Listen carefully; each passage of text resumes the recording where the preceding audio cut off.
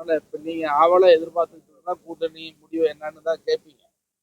இதுல நிர்வாக குழு உறுப்பினர்கள் பல முறை கூடி பேசி ஐயா கிட்ட சொன்னாலும் கூட இன்னைக்கு நடந்த நிர்வாக குழு ரொம்ப ஆரோக்கியமாகவும் முக்கியத்துவம் வாய்ந்ததாக இருந்தது.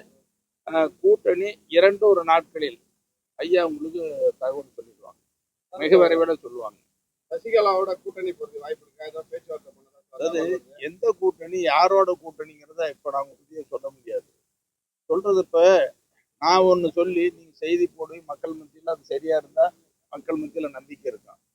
நீங்க ஒரு செய்தி போடுவீங்க, அது சரியா இருந்தாதான் உங்க மேலேயும் மக்கள் சரியா இருந்து நினைப்பாங்க. என்னன்னா என்ன தவறான செய்தி வந்து எங்களையும் முடியும் தவறா நினைக்கூடாது. அதனால தேர்தல் நேரம், தேர்தல் தேதி அறிவிச்சாச்சு, நெருக்கடியான காலகட்டத்தில் இருக்குது. இப்ப சொல்ற செய்தி சரியா இருக்கணும். டிகே மணி சொல்றான்னு சொன்னாவே மக்கள் மத்தியில சரியா தான் சொல்றான்னு ஒரு இருக்கு. அதுல மாத்தி சொல்லி ஏதாவது குழப்பமா இருக்கக்கூடாது. உங்களுக்கு தெரியாம நடக்காது. இவ்வளவு நேரம் காத்திருந்து பொறுத்துக்கணும் புரிஞ்சுக்கொள்ள வேண்டும் என்று வருத்தமோடு தெரிவிச்சு ரொம்ப நேரம் காத்துக்கிட்டு இருக்கோம். அதெல்லாம் மருத்துவ ஐயாவும் கேட்டோம், என்ன சொல்றதுன்னு கேட்டுட்டு தான் அவன் சீக்கிரம் சொல்லணும்னு சொல்ல முடியும். அவங்களுக்கு தெரியாமலாம் நம்ம சொல்லிட போறோம். இப்ப எங்களுக்கு தெரியறதுக்கு முன்னாடி உங்களுக்கு தான் செய்தி முதல்ல வரும். நீங்க தான் நிறைய செய்தி எதிர்பார்த்த கூட்டணி அமையலன்ற அதெல்லாம் ஒண்ணு இல்லை. அதாவது எதிர்பார்க்கிற கூட்டணி அமையலைங்கிறதுலாம் ஒண்ணும் இல்லை. எந்த கூட்டணி சரியா இருக்கு, இன்னைக்கு மக்கள் மத்தியில் எப்படி ஆதரவு இருக்கு, நான் குறிப்பிட்ட தொகுதியில் நாங்கள் வெற்றி பெறணும், எங்க கட்சிக்கு ஐயா தலைமையில் கட்சிக்கு அங்கீகாரம் வரணும், இதெல்லாம் தான் பார்த்து பேசிக்கணும். அதனாலதான் கொஞ்சம் தாமதம். சின்னம் தொடர்பா என்ன விவாதிங்க? அது கேட்டோமா? சின்னம் உங்களுக்கு கிடைக்குமா? கிடைக்காத பட்சத்தில் என்ன முடிவு வச்சிருக்கீங்க? அது நல்ல முடிவா வரும்.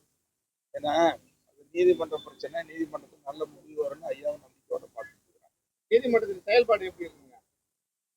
நீதிமன்றத்தினுடைய செயல்பாடுன்னு நீங்க பார்த்துட்டு இருக்கிறீங்க.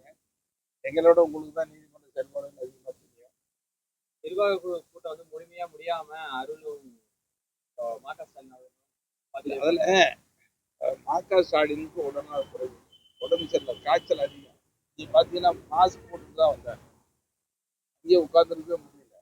அதிகம் சாப்பிட உடனே காய்ச்சல், நான் போறேன்னு பொறுத்தாரு. அருளுக்கும் வந்து ஒரு நிகழ்ச்சி இருக்கு, உங்களை பார்த்து சொல்லிட்டு தானே போயிருப்பாரு. பிரதான கூட்டணியில இடம்பெற முடியாத ஒரு சூழல்ல பாமக இருக்கா? நல்ல கூட்டணியா வருங்கிறது ஐயா சொல்லியிருக்கிறாரு. நம்பிக்கையோட எந்த கூட்டணி எப்படின்லாம் இப்போ சொல்ல முடியாது இல்லை. தேர்தல் நெருங்கின நேரம், தேர்தல் அரசியல் அதாவது ஐயாவினுடைய தனித்தன்மை, அவருடைய சக்தி தமிழ்நாட்டில் இருக்கிற அரசியல் கட்சிகளுக்கும் மக்களுக்கும் போகும். இப்போ எங்க கட்சியில் ஏற்பட்டிருக்கிற ஒரு நெருக்கடியான சூழல் குழப்பம் தான் இவ்வளவு தயக்கத்துக்கு காரணம் தவிர, ஏன்னா முதல்ல கூட்டணி பேசி கொடுக்கறது ஐயாவா தான் இருக்கு. எல்லா ஊடகங்களும் மக்களும் அரசியல் கட்சியில் எதிர்பார்க்கறது ஐயாவா தான் எதிர்பார்ப்பாங்க. இந்த நெருக்கடியான சூழல் ஒரு காரணமாகும். இது மாதிரி நிறைய செய்திகள் சொல்லக்கூடாது.